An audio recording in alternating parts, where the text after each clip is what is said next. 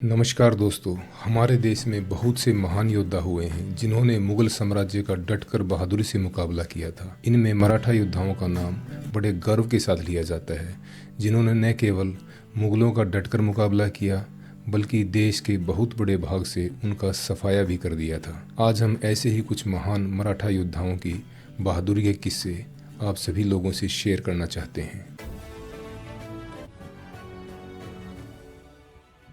दोस्तों, मराठा योद्धाओं में सबसे पहले नाम आता है छत्रपति शिवाजी महाराज, जिन्हें शिवाजी राजे भोसले के नाम से भी जाना जाता है। भारत के एक महान योद्धा, रणनीतिकार और शासक थे।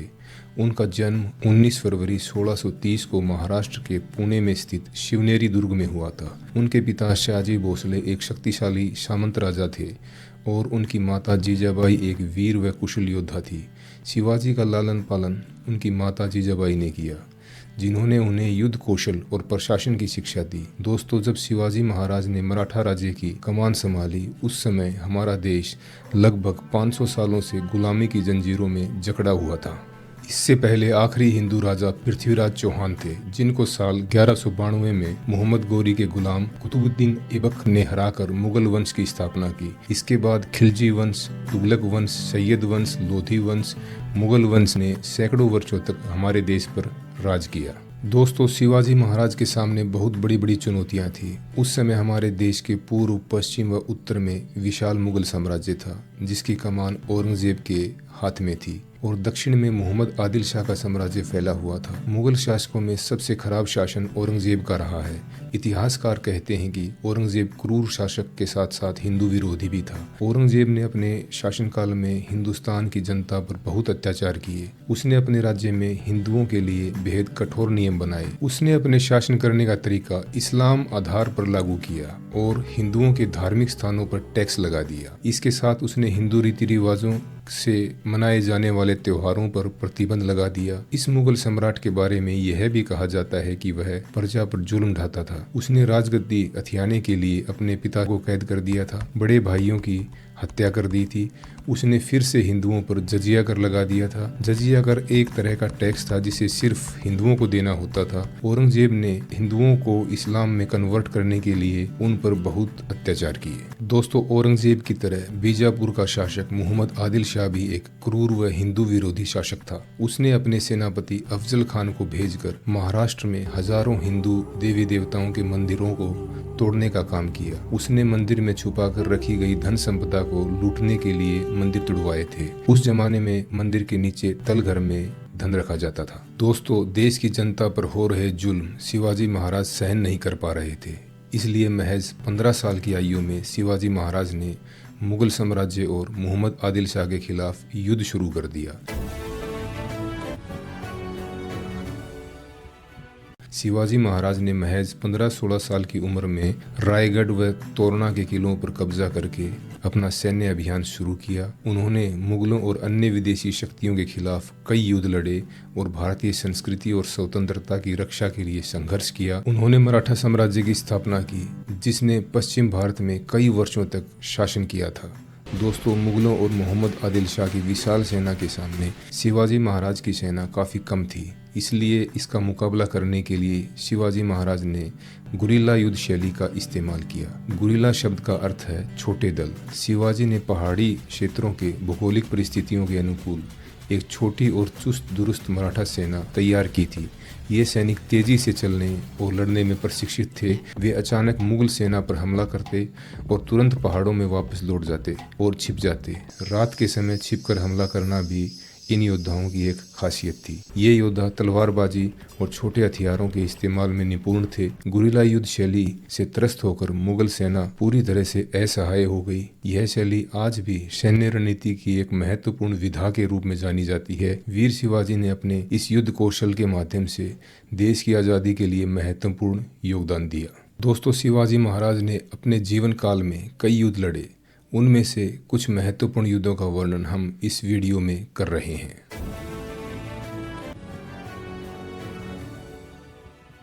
सबसे पहले हम बात करते हैं रायगढ़ युद्ध की। रायगढ़ का युद्ध 1646 ईस्वी में छत्रपति शिवाजी महाराज और आदिल शाह सल्तनत के जनरल मुल्ला अली के बीच लड़ा गया। उस समय शिवाजी महाराज केवल 16 साल के थे। रायगढ़ का युद्ध शिवाजी महाराज के स्वतंत्रता संग्राम का हिस्सा था।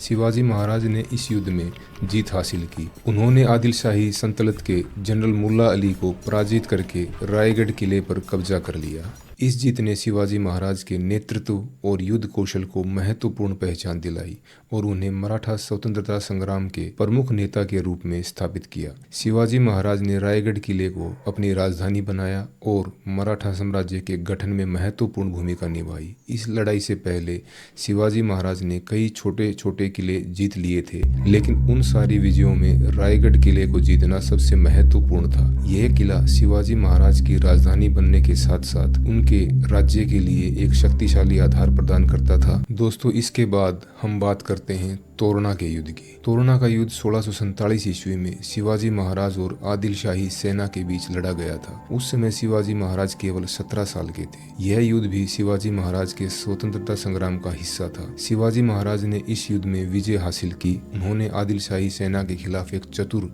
रणनीति का इस्तेमाल किया, जिसमें उन्होंने अपनी सेना को तोरना के किले के चारों ओर छुपा कर रखा और जब आदिल शाही सेना किले की ओर बढ़ी तो शिवाजी महाराज ने उन पर जोरदार हमला कर दिया, जिससे आदिल शाही सेना को हार का सामना करना पड़ा और तोरना किला मराठा साम्राज्य के नियंत्रण में आ गया। दोस्तों, इसके बाद हम बात करते हैं कल्याण की लड़ाई की।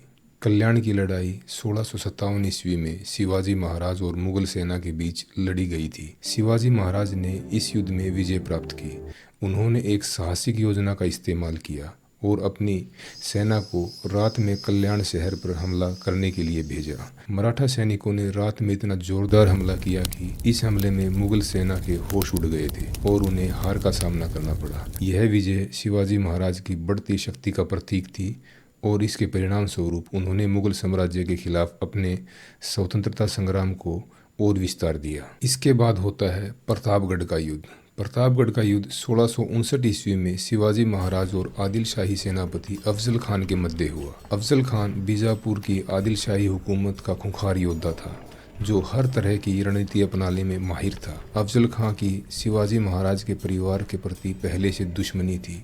अफजल खान ने 1648 में देशद्रोह के आरोप में शिवाजी महाराज के पिता शाहजी को जंजीरों में जकड़कर बीजापुर तलब किया था। शिवाजी महाराज और उनकी मां जीजाबाई का मानना था कि 1655 में शिवाजी के बड़े भाई संभाजी की हत्या में भी अफजल खान का हाथ था। बीजापुर और मराठों के बीच हुई लड़ाई में आदिल शाह की मां ने मराठों पर कब्जा करने के लिए अफजल खान को भेजा था।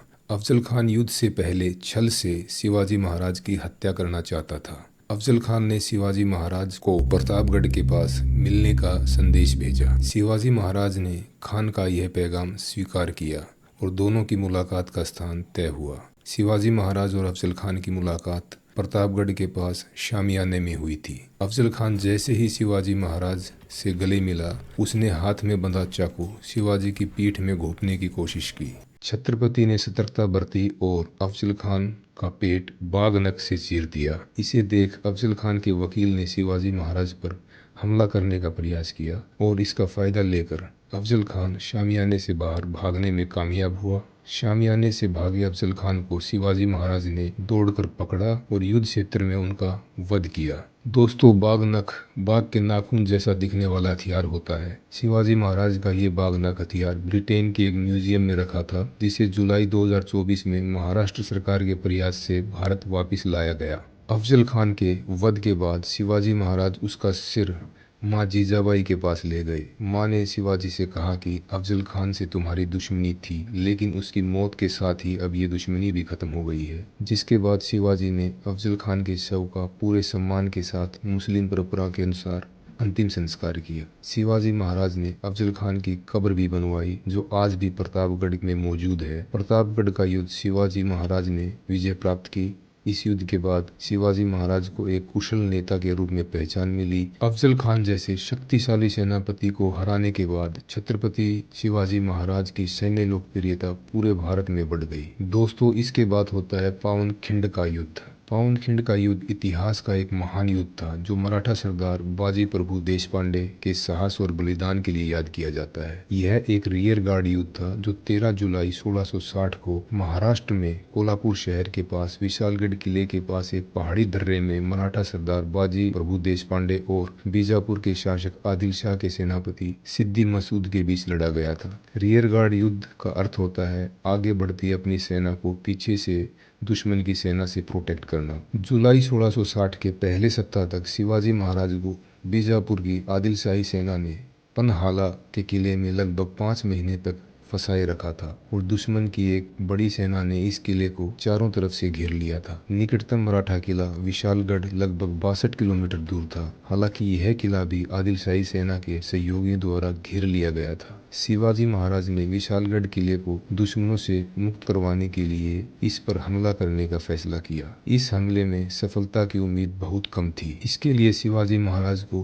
पहले तो पनहाला किले से निकलना था और दुश्मन की बड़ी सेना से लड़कर विशालगढ़ किले को जीतना था। वास्तव में यह एक इम्पॉसिबल मिशन था और मराठा योद्धाओं का सबसे बड़ा इम्तिहान था। शिवाजी महाराज ने अपनी चालाकी और निडरता का उपयोग करके एक योजना बनाई। उन्होंने पहले दुश्मन को यह बताकर मूर्ख बनाया कि वो आत्मसमर्पण करने जा रहे हैं। 5 महीने की घेराबंदी के बाद दुश्मन सेना भी थक चुकी थी। लगातार बारिश से उनकी समस्याएं और बढ़ गई थी। शिवाजी महाराज की इस योजना में उनका साथ उनके बहादुर नाई शिवा काशी ने दिया, जो कद और शारीरिक बनावट में शिवाजी से मिलते जुलते थे। उन्होंने इस योजना में शिवाजी की भूमिका निभाने के लिए स्वेच्छा से काम किया ताकि दुश्मनों का ध्यान भटकाया जा सके। 13 जुलाई 1660 की रात को भारी बारिश के बीच शिवाजी महाराज अपने सरदार बाजी प्रभु देशपांडे और 600 मराठा सैनिकों के साथ पनहाला किले से बाहर निकल गए। वहीं दूसरी ओर शिवा काशी और कुछ अन्य सैनिक शिवाजी महाराज के दल का वेश धारण कर आदिल शाही सेनापति के शिविर की ओर चल पड़े। हालांकि मराठा चाल का पता चलने पर वीर शिवा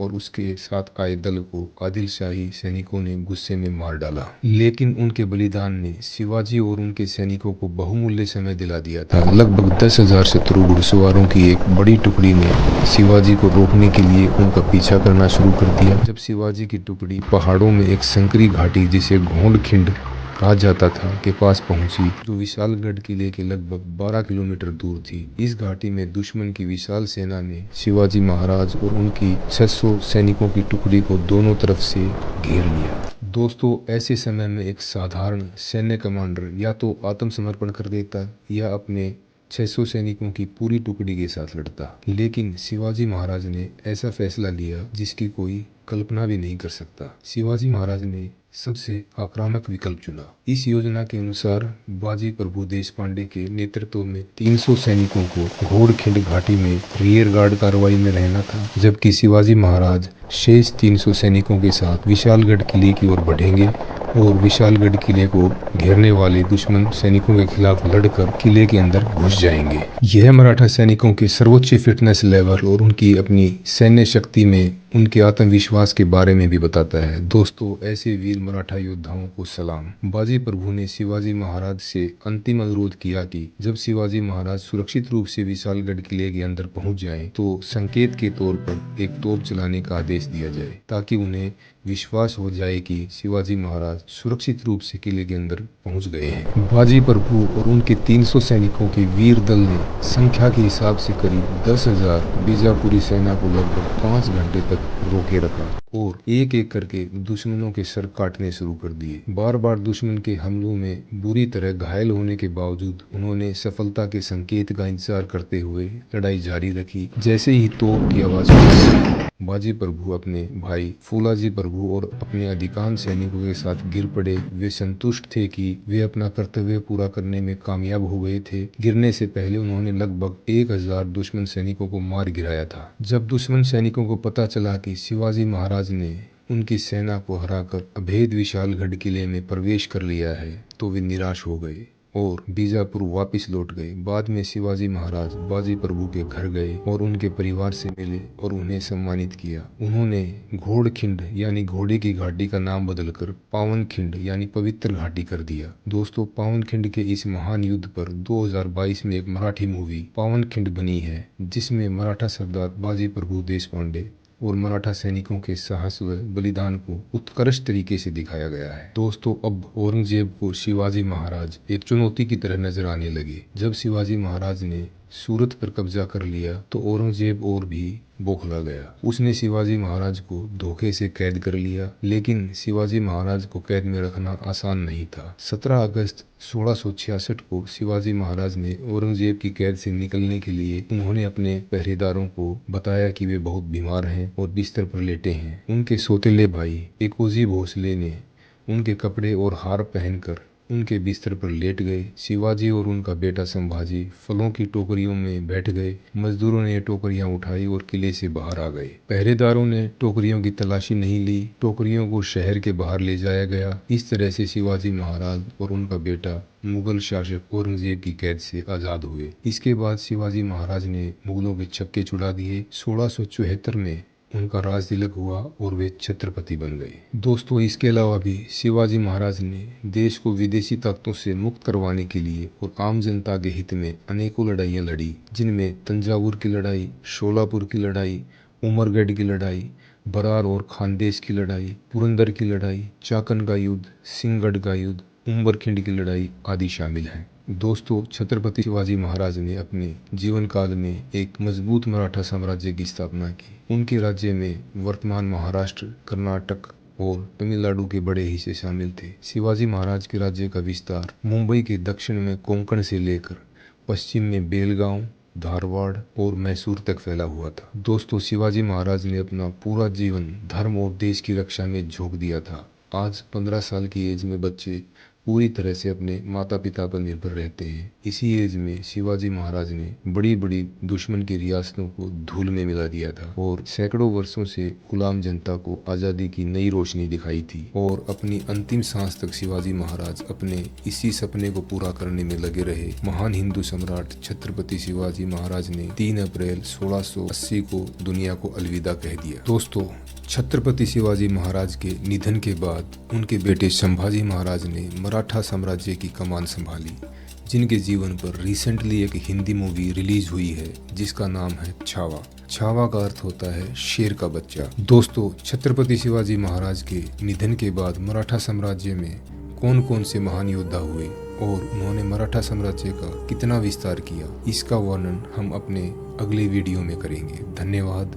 जय हिंद, जय भारत।